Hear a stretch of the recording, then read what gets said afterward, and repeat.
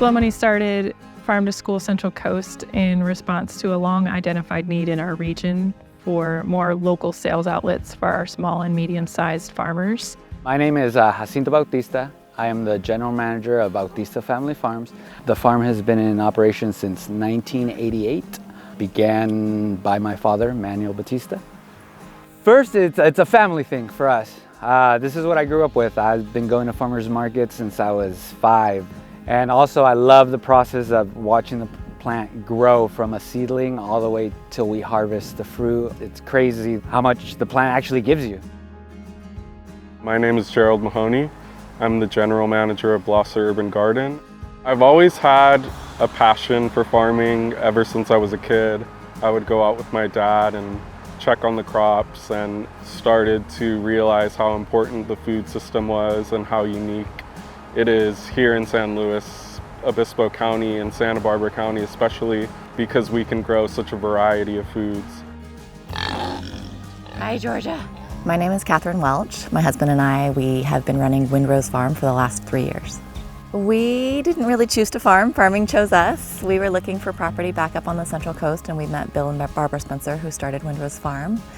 We wanted to expose our kids to farming and this lifestyle and where food comes from, and so we made the decision to move up here during the pandemic, took over the operations of the farm, and now have been farming.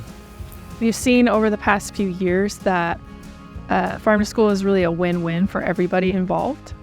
The farmers are getting more bulk sales on a consistent basis. The students are receiving the most nutritious, freshest produce possible. And the schools have actually seen an increase in meal participation. Farm to School Central Coast helped connect us to those farmers and helped kind of bridge that gap between the school districts and the farmer themselves. I feel like for our district it decreased a lot of that administrative burden and kind of figuring out what's available, who has what, the seasonality of the produce, really bringing that all together so it can streamline. So now we can just go directly to the farmer. It takes one step off of our plate and makes it easier for both the farmer and the school district. That's wild, Rocket. I think it's really important to know that while Farm to School is an essential part of making the school day fun, it's also a really important part at promoting our local farms and food businesses. In a time where California is promoting universal free meals, Farm to School really helps us provide nutritionally adequate meals that taste delicious as well. I think it's really cool how we as like a district have learned that, oh, we can still have this really delicious food while keeping a very balanced diet. What I like about the school meals are they fill me up and they're delicious. At the salad bar we have broccoli, salad, carrots, and snap peas.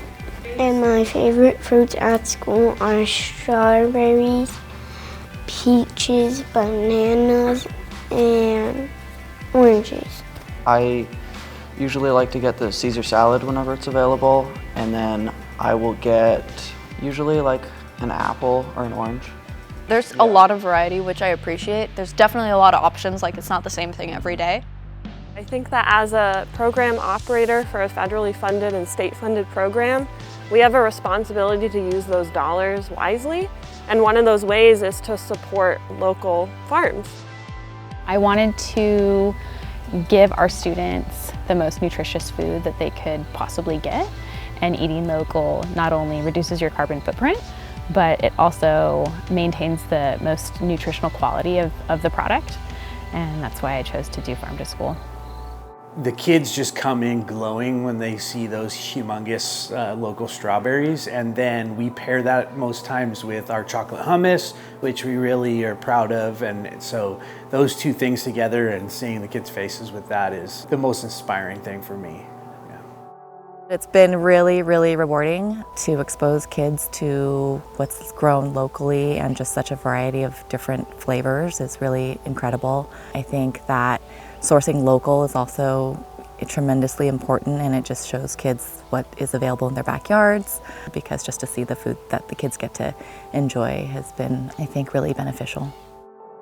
Farm to School reached out to me, and they have been a great help because now we don't have any waste of produce. They have taken, all our extras and feeding it to the students. So it's helped us tremendously.